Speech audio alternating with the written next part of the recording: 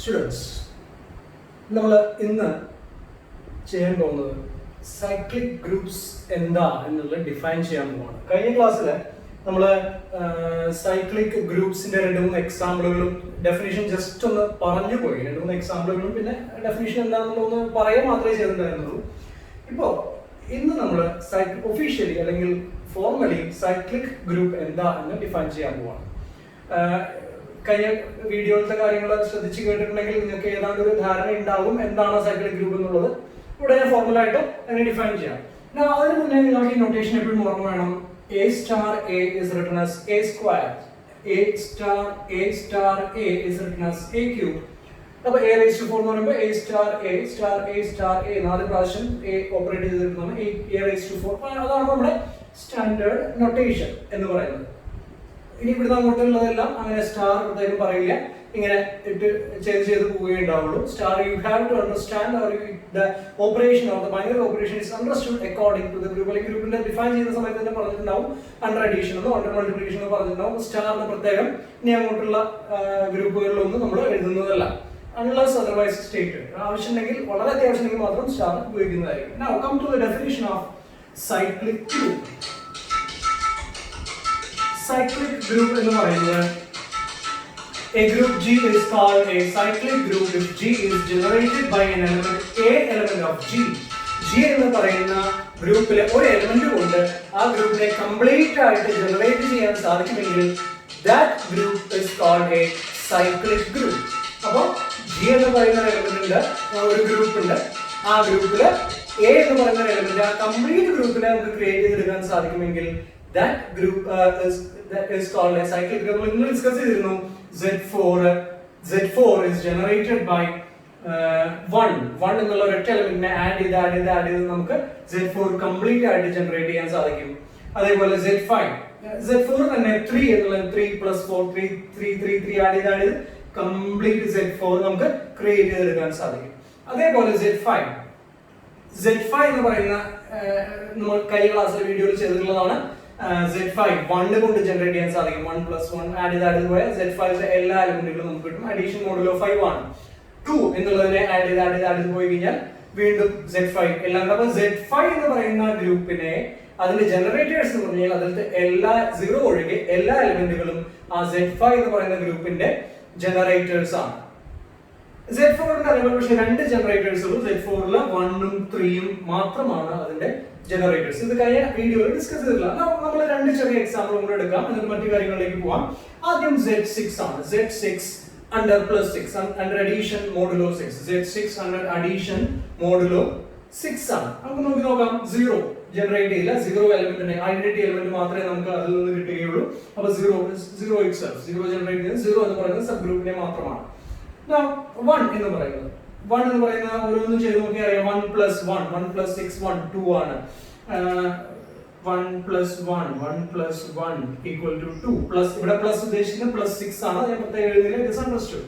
Now 1 + 1 = 3.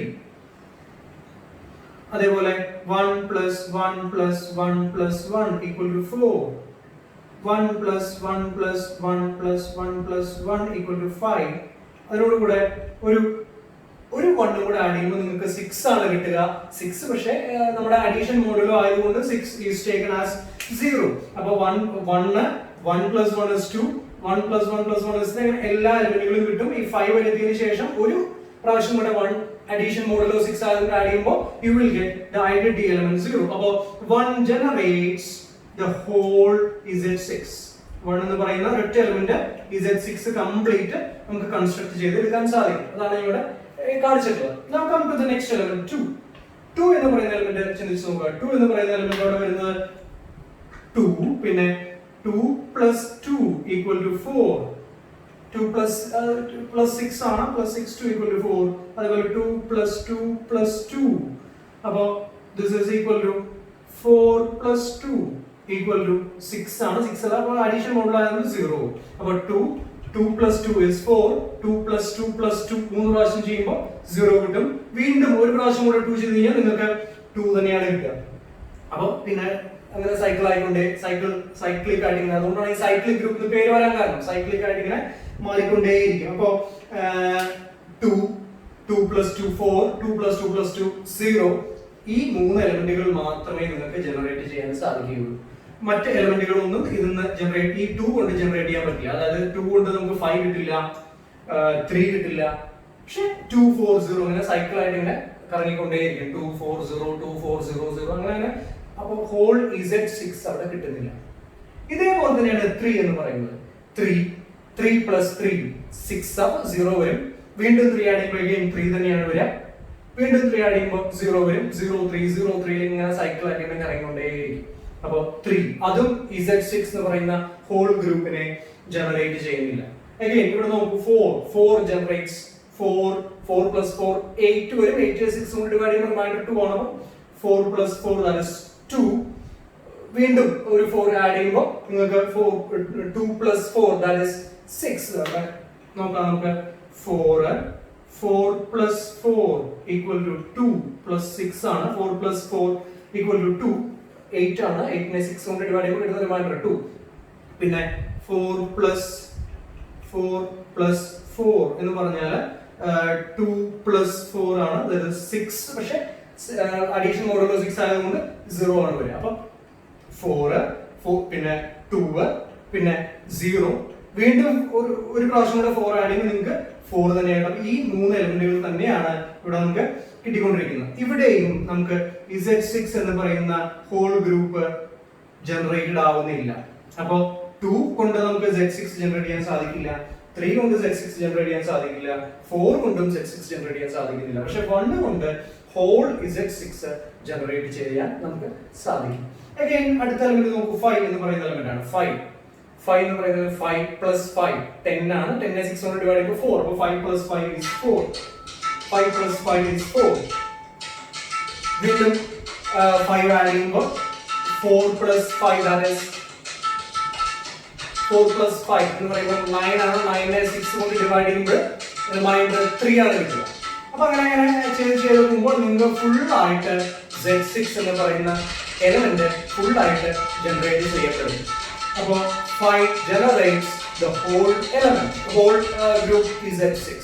ഇവിടെ നോക്കൂ, 0 generate ചെയ്യുന്നില്ല, 1 ജനറേറ്റ് ചെയ്യുന്നില്ല, 2 ജനറേറ്റ് ചെയ്യുന്നില്ല, 3 ജനറേറ്റ് ചെയ്യുന്നില്ല. 1 കംപ്ലീറ്റ് ആയിട്ട് ജനറേറ്റ് ചെയ്യും, പക്ഷെ 2 ജനറേറ്റ് ചെയ്യുന്നില്ല, 3 ജനറേറ്റ് ചെയ്യുന്നില്ല, 4 ജനറേറ്റ് ചെയ്യുന്നില്ല, പക്ഷെ 5 ജനറേറ്റ് ചെയ്യുന്നുണ്ട്.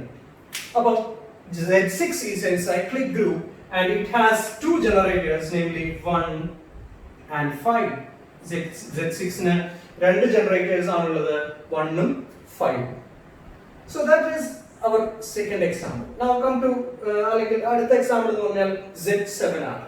Z7 നോക്കിയാൽ നിങ്ങൾക്ക് അത് ഇവിടെ മുഴുവൻ കാണിക്കാൻ സാധിക്കില്ല, നിങ്ങൾക്ക് വർക്ക്ഔട്ട് ചെയ്ത് നോക്കാവുന്നതാണ്. Z7 0 ഒന്നും ജനറേറ്റ് ചെയ്യില്ല, 0 മാത്രമേ കിട്ടുകയുള്ളൂ. 1 നെ വീണ്ടും ആഡ് ചെയ്ത് നമുക്ക് ഹോൾ Z7 കിട്ടും. ഇനി 2 ആഡ് ചെയ്ത് ചെയ്ത് നോക്കിയാൽ അറിയാം. 2 നെ ആഡ് ചെയ്ത് 2 + 2 that is 4. 2 + 2 + 2 is 6. 2 + 2 + 4 പ്രാവശ്യം 8 ആണ് വരിക. 8 7 കൊണ്ട് ഡിവൈഡ് ചെയ്യുമ്പോൾ റിമൈൻഡർ 1 ആണ്. അപ്പോൾ 1. അപ്പോൾ 2 എന്ന് പറയുന്നത് ഹോൾ Z7 നെ ജനറേറ്റ് ചെയ്യും. 3 അതേപോലെ 3 4 5 6 ചെയ്ത് നോക്കാവുന്നതാണ്. എല്ലാ എലമെന്റുകളും Z7 എന്ന് പറയുന്ന ഹോൾ ഗ്രൂപ്പിനെ ജനറേറ്റ് ചെയ്യും. അപ്പോൾ Z7 has generators all the elements except 0 1 2 3 4 5 6. All these elements are generators of Z7. അപ്പോൾ ഇവിടെ നിങ്ങൾക്ക് എന്തെങ്കിലും ഒരു പാറ്റേൺ നിങ്ങൾക്ക് മനസ്സിലാക്കാൻ സാധിക്കുകയാണെങ്കിൽ വളരെ നല്ലതാണ്. Z5 എന്ന് പറയുന്ന ഗ്രൂപ്പിനെ ആ ഗ്രൂപ്പിലുള്ള നോൺ സീറോ ആയിട്ടുള്ള എല്ലാ എലമെന്റുകളും ജനറേറ്റ് ചെയ്യുന്നുണ്ട്. Z7 എന്ന് പറയുന്ന ഗ്രൂപ്പിൽ ആ ഗ്രൂപ്പിലുള്ള നോൺ സീറോ ആയിട്ടുള്ള എല്ലാ എലമെന്റുകളും Z7 ന്റെ ജനറേറ്റേഴ്സ് ആണ്. പക്ഷേ Z4 എടുക്കുമ്പോൾ അതില് 1 ഉം 3 ഉം മാത്രമേ ജനറേറ്റേഴ്സ് ആയിട്ടുള്ളൂ. Z6 എടുക്കുമ്പോൾ അതില് ജനറേറ്റർ ആയിട്ട് വരുന്നത് 1 ഉം 5 ഉം മാത്രമേ ഉള്ളൂ. So some sort of a conclusion we can arrive from these 3 examples. ഒന്ന് ചിന്തിക്കുന്നതല്ല, അടുത്ത എക്സാമ്പിൾ കഴിയുമ്പോഴേക്കും നമുക്ക് കറക്റ്റ് ആയിട്ട് എന്താണ് കൺക്ലൂഷൻ എന്നുള്ളത് നമുക്ക് നോക്കാം. അപ്പോൾ ഓർക്കാം, Z4 ന് 2 ജനറേറ്റേഴ്സ് ഉള്ളൂ, അത് 1 ഉം 3 ഉം ആണ്. Z5 ന് 4 ജനറേറ്റേഴ്സ് ഉണ്ട്, അതായത് ആ Z5 ലെ എല്ലാ നോൺ സീറോ എലമെന്റുകളും അതിന്റെ ജനറേറ്റേഴ്സ് ആണ്. Z6 ആണെങ്കിലും അതിന് രണ്ട് ജനറേറ്റേഴ്സ് ഉള്ളൂ, 1 ഉം 5 ഉം. മറ്റ് എല്ലാ എലമെന്റുകളും Z6 ജനറേറ്റ് ചെയ്യുന്നില്ല, ചെറിയ സബ് ഗ്രൂപ്പുകളാണ് കിട്ടുന്നത്. പക്ഷേ Z7 വന്നപ്പോ നോൺ സീറോ എലമെന്റുകൾ ഒഴികെ മറ്റ് എല്ലാ എലമെന്റുകളും Z7 ജനറേറ്റേഴ്സ് ആണ്. ആ Z7 ഓരോ എലമെന്റും കൊണ്ട് നമുക്ക് കംപ്ലീറ്റ് ആയിട്ട് Z7 ജനറേറ്റ് ചെയ്യാൻ സാധിക്കും.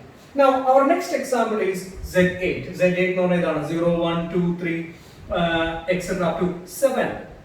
അപ്പൊ ഇവിടുത്തെ ഒരു പാറ്റേൺ വെച്ച് നോക്കുമ്പോൾ നോക്കൂ, Z4 ന്റെ ജനറേറ്റേഴ്സ് 1 ഉം 3 ഉമാണ്, 1 ഉം 3 ഉമാണ്.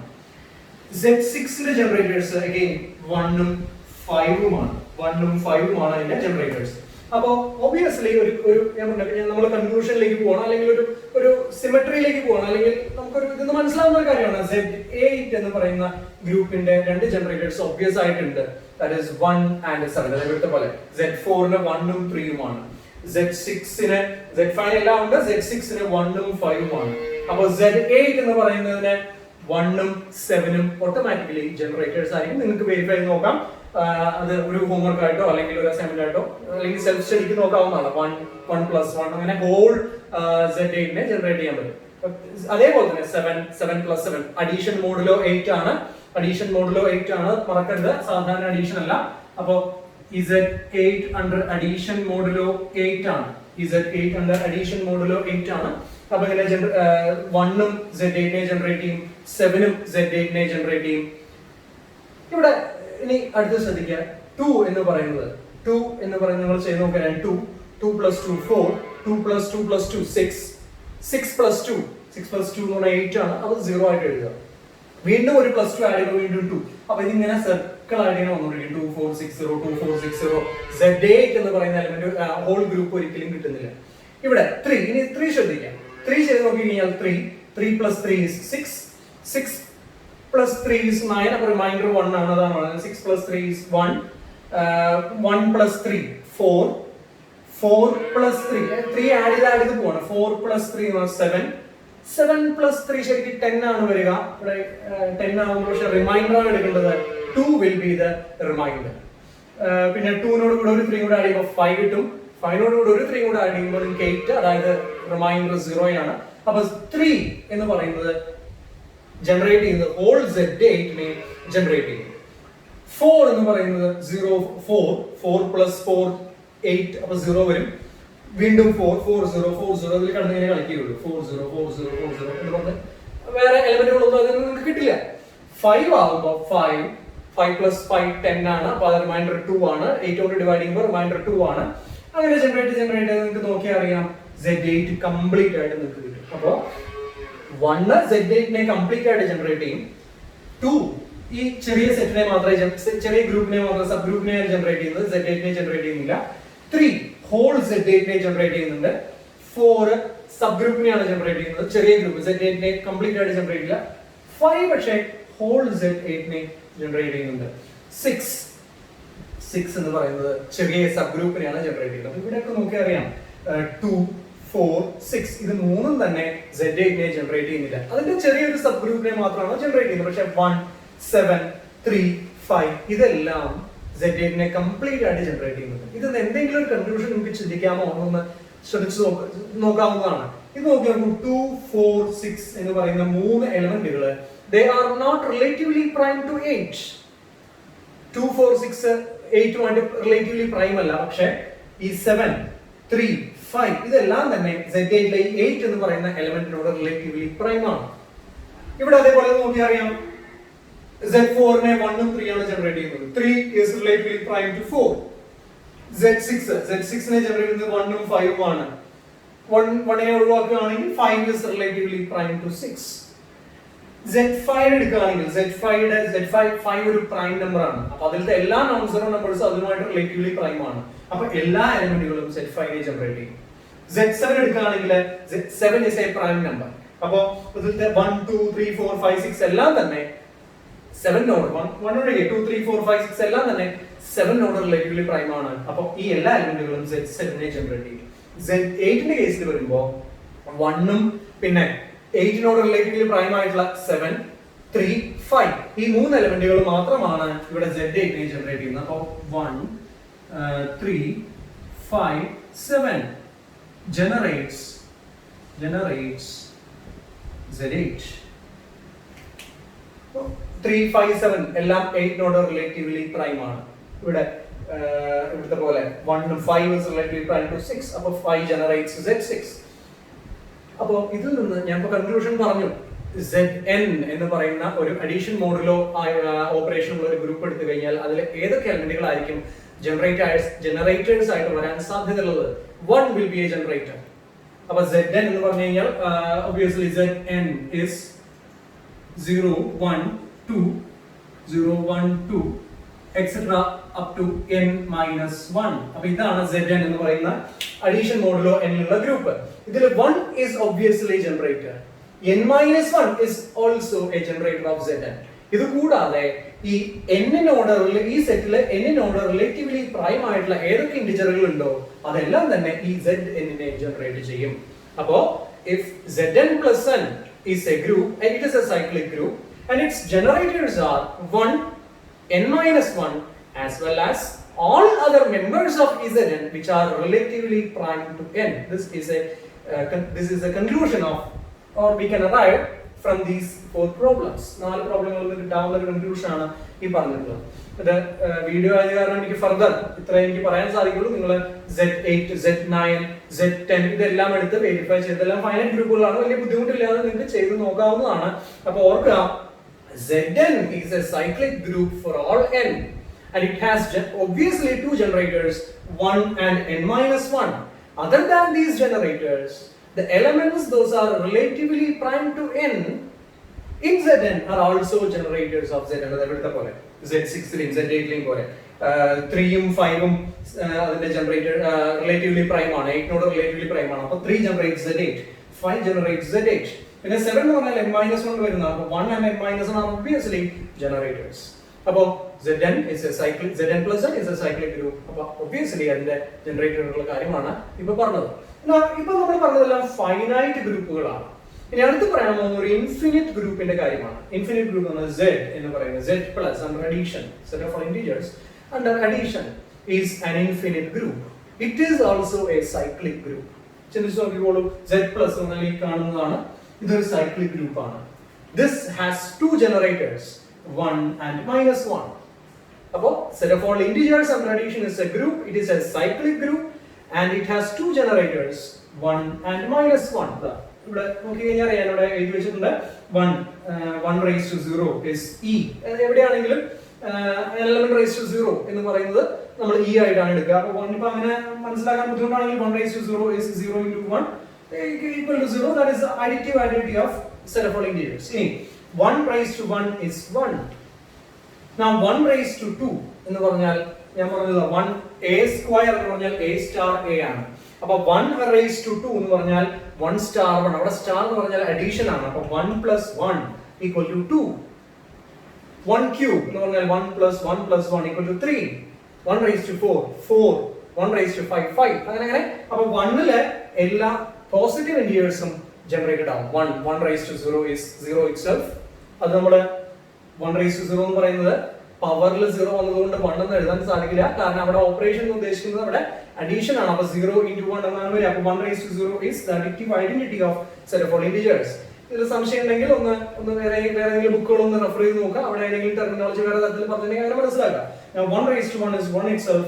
1 raised to 2 എന്ന് പറഞ്ഞാൽ 1 plus 1 അപ്പോൾ 2 ആണ്. അപ്പോൾ അങ്ങനെ 1 കൊണ്ട് എല്ലാ പോസിറ്റീവ് ഇന്റിജേഴ്സിനെയും നമുക്ക് ജനറേറ്റ് ചെയ്തെടുക്കാൻ സാധിക്കും. Now, അടുത്തതിലേക്ക് വരും. ഇത് പോസിറ്റീവ് പവേഴ്സ് ആണ് വരുന്നത്. Come to the negative powers. 1 raised to minus 1. 1 raised to minus 1 എന്ന് പറഞ്ഞാൽ ഇൻവേഴ്സ് ഓഫ് 1 ആണ്. അഡീഷനിൽ 1 ന്റെ ഇൻവേഴ്സ് എന്ന് പറഞ്ഞാൽ minus 1 ആണ്. അപ്പോൾ 1 raised to minus 1 is minus 1. 1 raised to minus 2 എന്ന് പറഞ്ഞാൽ 1 raised to minus 1 whole raised to 2. അതായത് 1 raised to minus 1 എന്ന് പറഞ്ഞാൽ minus 1 ആണ്. അപ്പോൾ 1 raised to minus 1 whole raised to 2 എന്ന് പറഞ്ഞാൽ minus 1 plus minus 1, that is minus 2. 1 raised to minus 3. 1 raised to minus 3 എന്ന് പറഞ്ഞാൽ 1 raised to minus 1 whole raised to 3. അതായത് minus 1 raised to 3. Minus 1 raised to 3 എന്ന് പറഞ്ഞാൽ minus 1 plus minus 1 plus minus 1, that is 3. ഇനി 1 raised to minus 4 ഇതേപോലെ minus 4 കിട്ടും. 1 raised to minus 5 is minus 5. അപ്പോൾ all together 1 generates every integer in the set of all integers. So 1 becomes a generator. Very important result. കാരണം ഇത് വെച്ചിട്ട് ഒരു powerful ആയിട്ടൊരു theorem ഉണ്ട്. അടുത്ത ക്ലാസ്സുകളിൽ നമ്മൾ പറയുന്നതായിരിക്കും, അടുത്ത വീഡിയോകളിൽ പറയുന്നതായിരിക്കും. 1z+ is a cyclic group. Set of all integers is an infinite cyclic group and it has one generator is 1. ഇതേപോലെ തന്നെ നിങ്ങൾക്ക് -1. Similarly, -1 can also be proved to be a generator of z.